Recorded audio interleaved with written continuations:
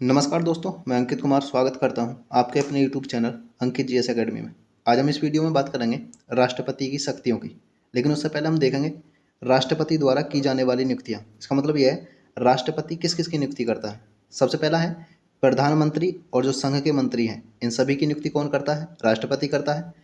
उच्चतम न्यायालय मतलब सुप्रीम कोर्ट और उच्च न्यायालय हाई कोर्ट के न्यायाधीशों की नियुक्ति भी कौन करता है? राष्ट्रपति करता है। महान्यायवादी अटॉर्नी जनरल की नियुक्ति भी कौन करता है? राष्ट्रपति करता है। नियंत्रक एवं महालेखा परीक्षक जिसे कैग कहते हैं इसकी नियुक्ति भी कौन करता है? राष्ट्रपति करता है। मुख्य चुनाव आयुक्त और अन्य चुनाव आयुक्त को भी नियुक्ति कौन करता है? राष्ट्रपति करता है। राज्य के राज्यपाल, उपराज्यपाल और प्रशासक इन तीनों की नियुक्ति भी कौन करता है? राष्ट्रपति करता है। ये तीनों अलग अलग होते हैं। राज्य में राज्यपाल होता है और जिन केंद्र शासित प्रदेशों में विधानसभा है वहाँ पर उपराज्यपाल होता है और जिन केंद्र शासित प्रदेशों में विधानसभा नहीं है वहाँ पर क्या होते हैं? प्रशासक होते हैं। लेकिन इन तीनों की नियुक्ति कौन करता है? राष्ट्रपति करता है। एक और खास बात है कि जिन केंद्र शासित प्रदेशों में विधानसभा है वहाँ पर मुख्यमंत्री बनता है और वहाँ के मुख्यमंत्रियों की नियुक्ति भी कौन करता है? राष्ट्रपति करता है। नेक्स्ट बात करें, वित्त आयोग के अध्यक्ष और सदस्यों की भी नियुक्ति कौन करता है? राष्ट्रपति करता है। इसमें नेक्स्ट है संघ लोक सेवा आयोग के अध्यक्ष और सदस्यों की नियुक्ति भी कौन करता है? राष्ट्रपति करता है। राजभाषा आयोग के अध्यक्ष और सदस्यों की नियुक्ति भी कौन करता है? राष्ट्रपति करता है। महिला आयोग के अध्यक्ष और सदस्यों की नियुक्ति भी कौन करता है? राष्ट्रपति करता है। एक और क्वेश्चन यहाँ से बनता है कि जो संघ के मंत्री होते हैं, राज्य के राज्यपाल और महान्यायवादी, ये राष्ट्रपति के प्रसाद पर्यंत तक अपना पद धारण करते हैं। इसका मतलब ये है इनका जो कार्यकाल होता है किस किस का? संघ के मंत्री, राज्य के राज्यपाल और महान्यायवादी, इन तीनों का कार्यकाल राष्ट्रपति के प्रसाद पर्यंत तक होता है। अब बात करेंगे हम किसकी? राष्ट्रपति की शक्तियों की। कौन कौन सी शक्ति हैं? जैसे कि हम बात करें, सबसे पहली शक्ति है कार्यपालिका की शक्ति जिसे एग्जीक्यूटिव पावर कहते हैं। किसका प्रावधान है इसमें?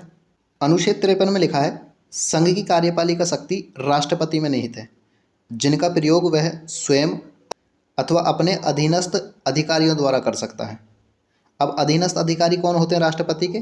तो जो केंद्रीय मंत्रिमंडल होती है इसके जो सदस्य होते हैं वो राष्ट्रपति के अधीनस्थ अधिकारी होते हैं। इसका मतलब ये है अनुच्छेद 53 में जो संघ की कार्यपालिका शक्ति राष्ट्रपति को मिली हुई है उनका प्रयोग केंद्रीय मंत्रिमंडल करती है। कौन करती है? केंद्रीय मंत्रिमंडल करती है। इस बात का प्रावधान है किसमें? अनुच्छेद 53 में।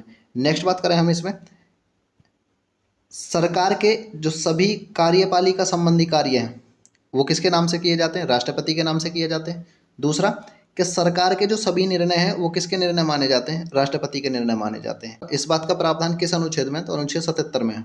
इसका मतलब यह है कि सरकार के सभी कार्यपालिका संबंधी कार्य राष्ट्रपति के नाम से किए जाएंगे और सरकार के जो सभी निर्णय होंगे वो किसके निर्णय होंगे? वो राष्ट्रपति के निर्णय होंगे। दूसरी बात करूं, राष्ट्रपति को संघ के मामलों में प्रधानमंत्री से सूचना पाने का अधिकार है। इसका मतलब यह है कि राष्ट्रपति अनुच्छेद 78 के तहत संघ के मामलों में प्रधानमंत्री से शासन प्रशासन संबंधी सूचना प्राप्त कर सकता है। किस अनुच्छेद के तहत? तो अनुच्छेद 78 के तहत। तो 77 78 दोनों एक साथ रखने हैं। नेक्स्ट बात करें, राष्ट्रपति जो होता है वो अंतर्राज्य परिषद का गठन करता है। दोनों क्वेश्चन अच्छे हैं। अंतर्राज्य परिषद का गठन कौन करता है? तो राष्ट्रपति करता है। किस अनुच्छेद में अंतर्राज्य परिषद का प्रावधान है? तो अनुच्छेद 263 में प्रावधान है। और इस अंतर्राज्य परिषद की अध्यक्षता कौन करता है? तो प्रधानमंत्री करता है। और इस अंतर्राज्य परिषद का कार्य क्या होता है? तो दो राज्यों के बीच में समन्वय या समझौता करने का काम होता है। यदि दो राज्यों के बीच में विवाद होता है तो उनके बीच समझौता कराने का काम कौन करती है? अंतर्राज्य परिषद। और इसकी अध्यक्षता करता है कौन? प्रधानमंत्री। नेक्स्ट बात करें, राष्ट्रपति किसी क्षेत्र को अनुसूचित या जनजाति क्षेत्र घोषित कर सकता है। बहुत ही अच्छा क्वेश्चन है कि किसी क्षेत्र को भारत में अनुसूचित या जनजाति क्षेत्र कौन घोषित करता है? तो भारत का राष्ट्रपति करता है। दूसरी शक्ति की बात करें, दूसरी शक्ति है विधायी शक्ति जिसे हम लेजिस्लेटिव पावर कहते हैं। इसमें किसका प्रावधान किया गया है? ये विधायी शक्ति है और संघ की जो विधायिका कहते हैं वो किसको कहते हैं? संसद को कहते हैं। बहुत ही अच्छा क्वेश्चन है कि संघ की विधायिका किसे कहते हैं? संसद को कहते हैं। और जो राष्ट्रपति होता है वो संसद का अभिन्न अंग माना जाता है। इसका मतलब ये है संसद का जो निर्माण है वो लोकसभा, राज्यसभा और राष्ट्रपति इन तीनों से मिलकर निर्माण होता है। किसका? संसद का। इसीलिए राष्ट्रपति संसद का क्या होता है? अभिन्न अंग होता है। अब इस संसद में राष्ट्रपति को कौन कौन सी शक्तियां मिली हुई हैं? जैसे कि पहला है राष्ट्रपति संसद की बैठक को बुला सकता है और उसका सत्रावसान कर सकता है। सत्रावसान का मतलब होता है समापन कर सकता है। ये प्रावधान अनुच्छेद 85 के तहत दिया गया। दूसरा है राष्ट्रपति लोकसभा का क्या कर सकता है, विघटन कर सकता है। इसका मतलब ये है कि राष्ट्रपति प्रधानमंत्री की सलाह पर लोकसभा को भंग कर सकता है। किस अनुच्छेद के तहत, तो अनुच्छेद 85 के तहत। क्वेश्चन बहुत अच्छा है कि लोकसभा को भंग कौन करता है, तो राष्ट्रपति करता है, लेकिन सलाह किसकी होती है, तो प्रधानमंत्री की। और किस अनुच्छेद के तहत करता है, तो अनुच्छेद 85 के तहत करता है। दूसरा नेक्स्ट है यहाँ से कि राष्ट्रपति जो होता है वो संसद के संयुक्त अधिवेशन बुलाता है। दोनों क्वेश्चन अलग है। संसद के संयुक्त अधिवेशन का प्रावधान किस अनुच्छेद में, तो अनुच्छेद 160 में है। और इस संसद के संयुक्त अधिवेशन को बुलाता कौन है, राष्ट्रपति बुलाता है। लेकिन इस संसद के संयुक्त अधिवेशन की अध्यक्षता कौन करता है, तो लोकसभा अध्यक्ष, जिसे स्पीकर कहते हैं, वो करता है। दूसरी बात करूं कि राष्ट्रपति राज्यसभा में 12 सदस्य मनोनीत करता है। और किस अनुच्छेद के तहत, तो अनुच्छेद 80 फर्स्ट के तहत करता है। अनुच्छेद 80 में राज्यसभा का प्रावधान है और 80 फर्स्ट में लिखा है कि राज्यसभा में राष्ट्रपति 12 सदस्य क्या करेगा, मनोनीत करेगा। दूसरा, राष्ट्रपति एक वर्ष में संसद की कम से कम 2 बैठक बुलाने के लिए क्या होता है, बाध्य है। बाध्य का मतलब होता है मजबूर होता है। इसका मतलब यह है कि राष्ट्रपति एक वर्ष में संसद की कम से कम 2 बैठक बुलाएगा। और यहाँ से एक क्वेश्चन और क्लियर होता है कि संसद की 2 बैठकों के बीच 6 माह से अधिक का अंतर नहीं होना चाहिए। ये भी क्वेश्चन अच्छा है। दूसरी बात करूँ मैं कि राष्ट्रपति को अनुच्छेद 123 के तहत 1 2 3 है, इसके तहत अध्यादेश जारी करने की शक्ति प्राप्त है। इसका मतलब यह है, अध्यादेश क्या होता है, तो संसद के विश्रांति काल में, विश्रांति काल का मतलब है जब संसद का अधिवेशन न चल रहा हो और उस समय पर कानून की जरूरत पड़ जाए, तो राष्ट्रपति ऐसी स्थिति में क्या करता है, अध्यादेश जारी करता है। संघ के मामलों में कानून बनाने का जो अधिकार दिया गया है वो किसको दिया गया है, संसद को दिया गया है। और संसद के 2 सदन होते हैं, एक लोकसभा और दूसरा राज्यसभा। और अंग की बात करें तो अंग 3 होते हैं, यहाँ पर राष्ट्रपति और होता है। कौन होता है, राष्ट्रपति। अब कानून बनता कैसे, तो पहले एक विधेयक आता है, उस विधेयक को संसद के दोनों सदनों से पारित कराया जाता है। और पारित कराने के बाद उस पर अंतिम हस्ताक्षर किसके होते हैं, राष्ट्रपति के। और जैसे ही उस विधेयक पर राष्ट्रपति के हस्ताक्षर होंगे तो वो विधेयक क्या बन जाएगा, कानून या विधि बन जाएगा। लेकिन अध्यादेश है क्या, तो जब संसद के दोनों सदनों की बैठक न चल रही हो और तत्काल किसी कानून की आवश्यकता पड़ती है, तो ऐसी स्थिति में राष्ट्रपति अध्यादेश जारी करता है। और इस अध्यादेश की जो अधिकतम अवधि होती है, अधिकतम जो समय होता है वो कितना होता है, 42 दिन या 6 सप्ताह होता है। इसका मतलब ये है 42 दिन के अंदर या 6 सप्ताह के अंदर उस विधेयक को संसद से क्या कराना पड़ेगा, पारित कराना पड़ेगा। दूसरी बात करें हम कि जो अध्यादेश की शक्ति होती है वो राष्ट्रपति की स्वविवेकीय शक्ति नहीं होती। इसका मतलब यह है कि राष्ट्रपति अध्यादेश अपनी इच्छा से जारी नहीं करता है। दूसरी बात करें कि राष्ट्रपति राज्य सूची के विषयों पर अध्यादेश जारी नहीं कर सकता। इसका मतलब यह है कि मैंने बताया था कि जो संघ सरकार होती है वो समवर्ती सूची और संघ सूची के विषयों पर कानून बना सकती है। इसका मतलब यह है कि समवर्ती और संघ सूची के विषयों पर ही राष्ट्रपति अध्यादेश जारी कर सकता है, राज्य सूची के विषयों पर अध्यादेश जारी नहीं कर सकता। लेकिन यदि किसी राज्य में राष्ट्रपति शासन लगा हुआ है तो ऐसी स्थिति में राज्य सूची के विषयों पर भी राष्ट्रपति अध्यादेश जारी कर सकता है। और एक और बहुत अच्छा क्वेश्चन यहाँ से बनता है कि भारतीय संविधान में अध्यादेश का जो प्रावधान है वो कहाँ से लिया गया है, तो भारत शासन अधिनियम 1935 से लिया गया है। इसके बाद नेक्स्ट बात करें हम, राष्ट्रपति की वीटो शक्ति दी गई है, वीटो पावर। इसका मतलब क्या है, वीटो शक्ति कहते हैं कि मैंने बताया जब किसी विधि या कानून का निर्माण करते हैं तो उसे पहले लोकसभा और राज्यसभा से पारित किया जाता है, उसके बाद उस पर राष्ट्रपति के हस्ताक्षर होते हैं। उस विधेयक पर राष्ट्रपति की सहमति देना या न देना, इसे क्या कहते हैं, वीटो शक्ति कहते हैं।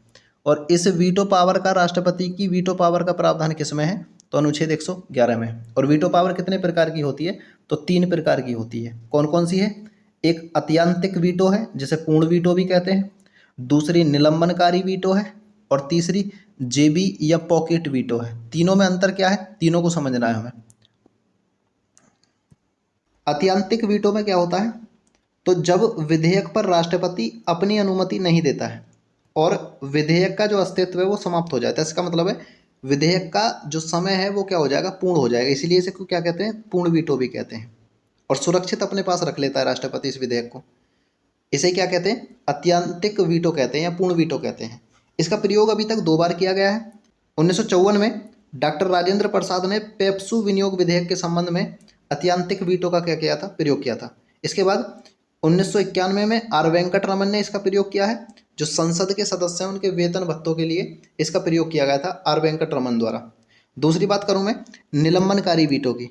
इसमें क्या है, तो इसमें विधेयक को संसद के लिए पुनर्विचार के लिए वापस कर सकता है। इसका मतलब ये है कि राष्ट्रपति जो विधेयक है उसको संसद के पास पुनर्विचार के लिए भेज सकता है। किस किस विधेयक को छोड़कर, तो संविधान संशोधन विधेयक और धन विधेयक के सिवाय राष्ट्रपति विधेयक को पुनर्विचार के लिए लौटा सकता है। इसको क्या कहते हैं, निलंबनकारी वीटो कहते हैं। और इसका प्रयोग अभी तक 2 बार किया गया। 1997 में KR नारायण द्वारा किया गया था, उस समय पर राष्ट्रपति थे, और 2006 में डॉक्टर APJ अब्दुल कलाम द्वारा किया गया था। इसके बाद बात करूं मैं JB या पॉकेट वीटो। इसका क्या प्रावधान है, तो जब राष्ट्रपति विधेयक पर अपनी सहमति और असहमति कुछ न दे, ना तो उसको पास करे और ना ही इसको फेल करे, और उसे अपने पास ही रखे रहे, तो ऐसी स्थिति में वो कौन सी वीटो होती है, तो वो JB वीटो होती है। और इसका प्रयोग भी अभी तक 1 बार किया गया है। 1986 में राष्ट्रपति ज्ञानी जेल सिंह ने, जो भारत के प्रथम सिख राष्ट्रपति हैं, भारतीय डाक विधेयक के संबंध में JB या पॉकेट वीटो का प्रयोग किया था। प्रयोग बहुत ज़्यादा पूछे जाते हैं, जैसे कि JB वीटो का प्रयोग किस राष्ट्रपति ने किया था, तो ज्ञानी जेल सिंह ने किया है। निलंबनकारी वीटो का प्रयोग किसने किया है, तो KR नारायण ने किया है और डॉक्टर APJ अब्दुल कलाम आज़ाद ने किया है। और अत्यंतिक वीटो का प्रयोग किसने किया है, तो डॉक्टर राजेंद्र प्रसाद ने किया है और आर वेंकट रमन ने किया है। इसके बाद मैं आगे बात करूं, मैंने अभी बताया है कि जो राष्ट्रपति होता है वो धन विधेयक और संविधान संशोधन विधेयक को पुनर्विचार के लिए नहीं लौटा सकता। इसका मतलब ये है कि जो धन विधेयक होता है और जो संविधान संशोधन विधेयक होता है, ये पहले ही राष्ट्रपति की स्वीकृति के बाद संसद में रखे जाते हैं, इसलिए इन्हें पुनर्विचार के लिए नहीं लौटा सकता। नेक्स्ट बात करें हम राष्ट्रपति की न्यायिक शक्तियां। इसका मतलब है जुडिशियल पावर कौन कौन सी होती हैं। अनुच्छेद 72 में राष्ट्रपति की क्षमादान की शक्ति का प्रावधान है। क्षमादान की शक्ति का मतलब है कि राष्ट्रपति किसी की सजा को कम करा सकता है, या उसकी फांसी को माफ़ करा सकता है, या जो उम्र कैद की सजा है उसको कुछ समय कम करा सकता है। ये प्रावधान किस में दिया गया, अनुच्छेद 72 के तहत दिया गया। क्वेश्चन बनता है कि राष्ट्रपति की क्षमादान की शक्ति का प्रावधान किस अनुच्छेद में, तो अनुच्छेद 72 में है। इसके बाद बात करें अनुच्छेद 143, इसमें क्या प्रावधान है कि राष्ट्रपति विधिक मामलों में सुप्रीम कोर्ट से क्या ले सकता है, परामर्श ले सकता है। इसका मतलब ये है कि राष्ट्रपति किसी विधि मामले में सुप्रीम कोर्ट से परामर्श का अधिकार रखता है, लेकिन राष्ट्रपति सुप्रीम कोर्ट की सलाह मानने के लिए बाध्य नहीं होगा या मजबूर नहीं होगा। इसके बाद बात करें अनुच्छेद 124 के तहत राष्ट्रपति सुप्रीम कोर्ट के न्यायाधीशों की नियुक्ति करता है। ये भी कैसी शक्ति है, इसकी न्यायिक शक्ति है। और अनुच्छेद 217 के तहत जो राष्ट्रपति है वो हाई कोर्ट के न्यायाधीशों की नियुक्ति करता है। ये भी कैसी शक्ति है, इसकी न्यायिक शक्ति है। दूसरी बात मैंने बताई है कि अनुच्छेद 72 में राष्ट्रपति को क्षमादान की शक्ति मिली हुई होती है, वैसे ही अनुच्छेद 161 में राज्यपाल को भी क्षमादान की शक्ति प्राप्त होती है। लेकिन दोनों में अंतर क्या है कि राष्ट्रपति किसी के मृत्युदंड को भी माफ़ करा सकता है, लेकिन राज्यपाल मृत्युदंड माफ़ नहीं करा सकता। दूसरी बात मैंने अभी बताई थी कि राष्ट्रपति जो अनुच्छेद 143 के तहत किसी विधिक मामले में सुप्रीम कोर्ट से परामर्श लेता है, सुप्रीम कोर्ट की सलाह मानने के लिए बाध्य नहीं होगा, कौन, राष्ट्रपति। इसके बाद मैं बात करूं नेक्स्ट, चौथी शक्ति है जिन्हें हम वित्तीय शक्तियां कहते हैं या फाइनेंशियल पावर कहते हैं। पहला है राष्ट्रपति प्रत्येक वित्त वर्ष के प्रारंभ में संसद के दोनों सदनों के समक्ष बजट रखवाता है। इसका मतलब यह है कि बजट किसकी स्वीकृति के बाद रखा जाता है, तो राष्ट्रपति की स्वीकृति के बाद। और किस अनुच्छेद के में प्रावधान है बजट का, तो अनुच्छेद 112 में है। और अनुच्छेद 112 में बजट शब्द का प्रावधान नहीं है, यहाँ पर वार्षिक वित्तीय विवरण शब्द लिखा है। दूसरा है कि राष्ट्रपति की अनुमति के बाद ही जो धन विधेयक और वित्त विधेयक है ये लोकसभा में प्रस्तावित किए जाते हैं। बहुत ही अच्छा क्वेश्चन है कि धन विधेयक और वित्त विधेयक दोनों पहले कहाँ रखे जाते हैं, तो लोकसभा में रखे जाते हैं। और अनुमति किसकी लेनी होती है, तो राष्ट्रपति की अनुमति लेनी होती है। ये कैसी शक्ति है इसकी, ये वित्तीय शक्ति है। इसके बाद नेक्स्ट है अनुच्छेद 280 के तहत राष्ट्रपति वित्त आयोग का गठन करता है। बहुत ही अच्छा क्वेश्चन है कि वित्त आयोग का प्रावधान किस अनुच्छेद में है, तो 280 में है। और प्रत्येक 5 वर्ष पर राष्ट्रपति वित्त आयोग का क्या करता है, गठन करता है। दूसरा क्वेश्चन यहाँ से और बनता है यहाँ से कि भारत की जो आकस्मिक निधि होती है जिसका प्रावधान अनुच्छेद 267 में है। इस पर किसका नियंत्रण होता है? तो राष्ट्रपति का नियंत्रण होता है। और एक और निधि है जिसे हम भारत की संचित निधि कहते हैं। भारत की संचित निधि का प्रावधान है अनुच्छेद 266 में। इस पर किसका नियंत्रण होता है? तो संसद का नियंत्रण होता है। दोनों क्वेश्चन अच्छे हैं। 266 में संचित निधि का प्रावधान है और 267 में आकस्मिक निधि का प्रावधान है। आकस्मिक निधि पर राष्ट्रपति का नियंत्रण होता है, लेकिन संचित निधि पर किसका नियंत्रण होता है? तो संसद का नियंत्रण होता है। नेक्स्ट शक्ति की बात करें, नंबर 5वीं जो शक्ति है वो है सैन्य शक्ति। राष्ट्रपति की सैन्य शक्ति या मिलिट्री पावर कहते हैं। सैन्य मामलों में कौन कौन सी शक्ति राष्ट्रपति को मिली हुई होती है? जैसे कि पहला क्वेश्चन है, भारत का जो राष्ट्रपति होता है वो तीनों सेनाओं, मतलब कौन कौन सी? जल सेना, थल सेना और वायुसेना, इन तीनों का सर्वोच्च सेनापति होता है। मैंने क्वेश्चन बताया भी है कि भारत की जो तीनों सेना है उनका सर्वोच्च सेनापति कौन होता है? तो राष्ट्रपति होता है। और ये शक्ति हमने कहाँ से ली गई है? अमेरिका से। इसका मतलब ये है कि राष्ट्रपति तीनों सेनाओं का सर्वोच्च सेनापति होगा। इस बात का प्रावधान हमने कहाँ से लिया है? तो यूएसए से लिया है, अमेरिका से लिया है। दूसरा, राष्ट्रपति तीनों सेनाओं के अध्यक्ष या प्रमुखों की क्या करता है? नियुक्ति करता है। बहुत ही अच्छा क्वेश्चन है। नेक्स्ट पॉइंट है इसमें, राष्ट्रपति को युद्ध की घोषणा करने और शांति स्थापित करने की शक्ति प्राप्त होती है। ये सभी कैसी शक्ति हैं? इसकी सैन्य शक्ति है। इस वीडियो में इतना ही है। नेक्स्ट वीडियो में हम राष्ट्रपति को कंप्लीट करेंगे और इसकी जो PDF है वो टेलीग्राम चैनल पर आपको मिल जाएगी।